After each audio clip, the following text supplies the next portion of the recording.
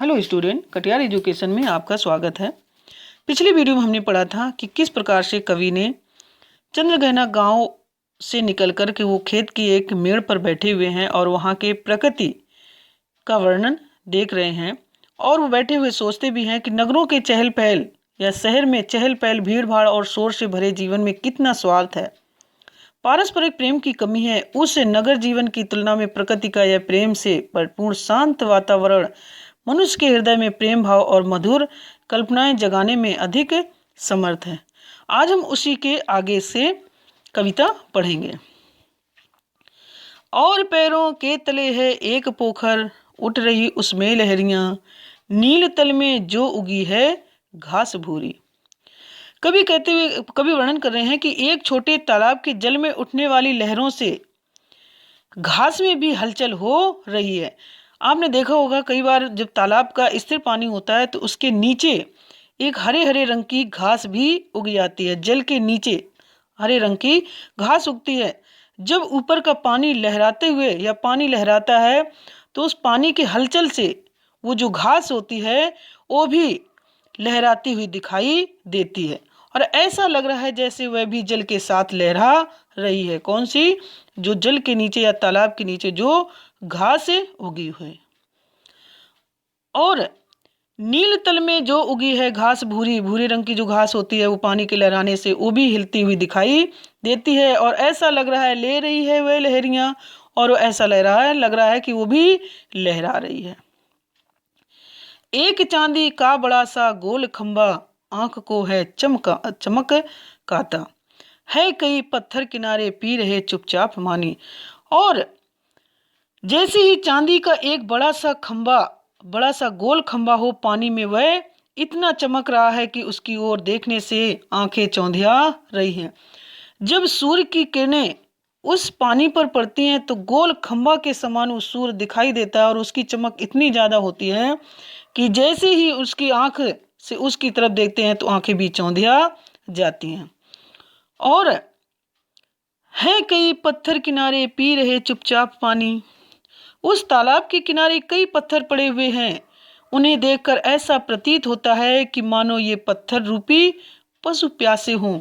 यहाँ पर कवि ने पत्थरों को पशुओं का रूप दे दिया है और उन्होंने कहा है कि ऐसा लग रहा है कि मानो कोई पशु है जो बहुत प्यासे हैं और पोखर का पानी पीने आए हुए हैं। पोखर की लहरों के द्वारा निरंतर पानी पीते रहने पर भी उनकी प्यास नहीं बुझ रही है। पी रहे चुपचाप पानी, प्यास जाने कब बुझेगी। और इतना पानी पीने के बावजूद भी ऐसा लग रहा है कि उनकी प्यास नहीं बुझ रही है। ना जाने कब तक पानी पीते रहेंगे और कब उनकी प्यास बुझेगी। चुप खड़ा बगुला डुबाए टांग जल में, देखते ही मीन चंचल ध्यान निद्रा त्यागता है, चट दबाकर चोंच में नीले गले के डालता है। एक काले माथ वाली चतुर चिड़िया श्वेत पंखों के झपाटे मार फौरन टूट पड़ती है भरे जल के हृदय पर। एक उजली चटुल मछली चोंच पीले में दबाकर दूर उड़ती है गगन में।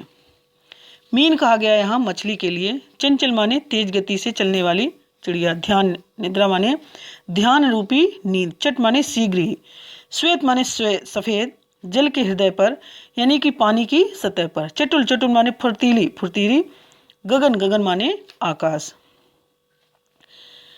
यहाँ पर कवि ने वर्णन किया है कि उस तालाब पर एक बगुला भी है जो एक टांग में ऐसा लग रहा है कि वो तपस्या करते हुए खड़ा हुआ है। चुप खड़ा बगुला डुबाए टांग जल में, देखते ही मीन चंचल ध्यान निद्रा त्यागता है। जो ही बगुला जल में किसी चंचल मछली को सामने से तैरकर जाते देखता है, वैसी वह अपनी ध्यान रूपी निद्रा को त्याग कर मछली को फुर्ती से अपनी चोंच में दबाकर अपने गले में नीचे उतार लेता है। दूर से देखने में तो ऐसा लग रहा है कि बगुला जो है ना वो ध्यान मग्न है, लेकिन वो किसके ध्यान मग्न में है? जैसे ही कोई मछली निकलती है उसको चट से ही ध्यान निद्रा टूटती है और वो मछली को अपने चोंच में दबाकर नीचे गले के यानी कि उसको निगल जाता है। एक काले माथ वाली चतुर चिड़िया, श्वेत पंखों के झपाटे मार फौरन।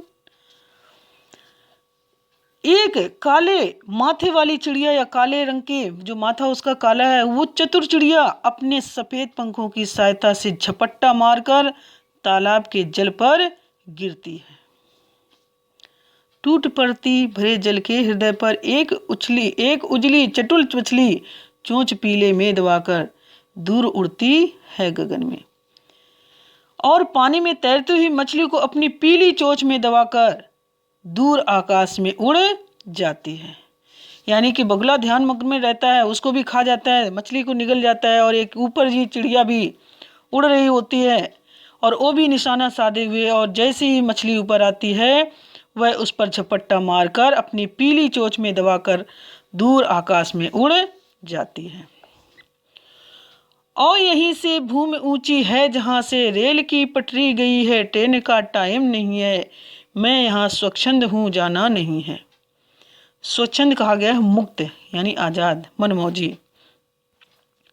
यहाँ पर कवि ने वर्णन किया है, और यहीं से भूमि ऊंची है जहाँ से रेल की पटरी गई है, ट्रेन का टाइम नहीं है, मैं यहाँ स्वच्छंद जाना नहीं है।